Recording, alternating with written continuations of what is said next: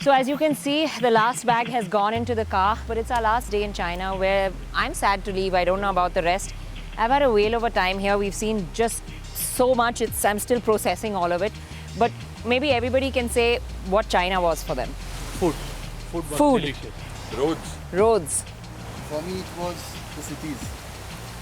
Hormuz, just a bit of China. Connectivity, I'm going to miss this. Everywhere we were fully connected. Well, there you go. It's really a hot pot of emotions and things that people have liked here in China. We're sad to leave, but it's onward to Myanmar for now.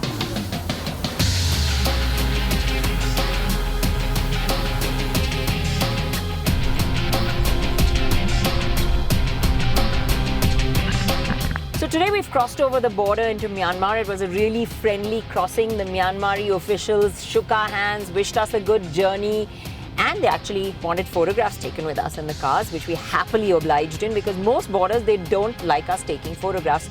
But this one absolutely didn't mind. But really, I think the contrast between China and Myanmar, it's like you're going back in time. Because straight from the really wide, smooth streets of really fancy cars, neon lights, you really go into a region which is really not that well developed. In fact, it reminds you a lot of India and sometimes even the poorer parts of India. The road surface really terrible. The cars, well, most of them are 20-year-old second-hand cars from Japan. And also another thing that I've noticed is actually driving ethics have changed over here. The driver in front of you, when you're overtaking trucks on a highway, will generally give his right indicator if he thinks it's not clear enough for you to overtake, meaning you should stay to the right and stay inside. Or then the left indicator if you think it's free enough for the person behind you to overtake. And overtaking isn't easy in right-hand drive cars. But the funny part is all the cars here are right-hand drive, despite us driving on the right side of the road. So really they've got it completely wrong over here.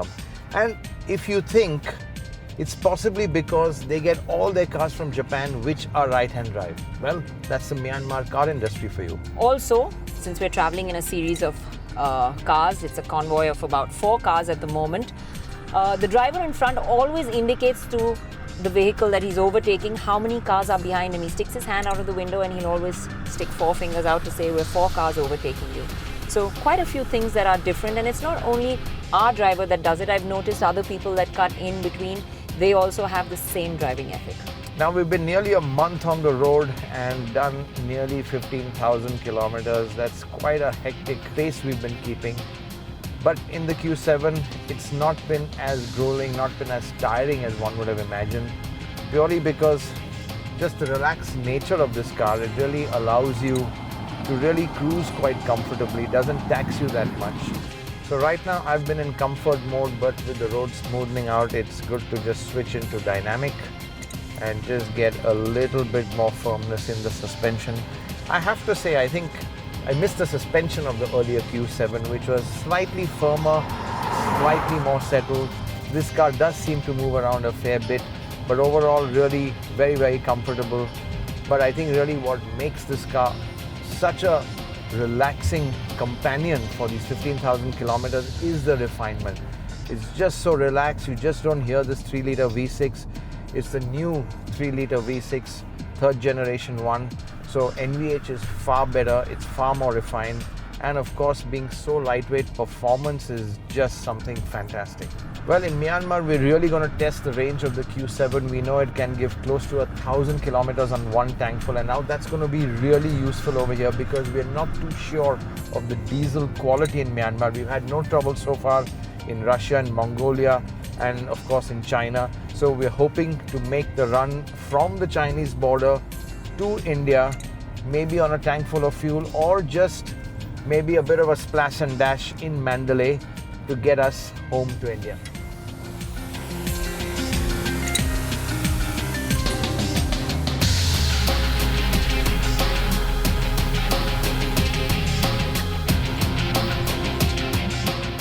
Dead tired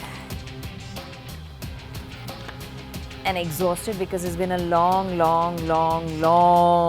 drive today. Unfortunately for me, this is where the journey ends.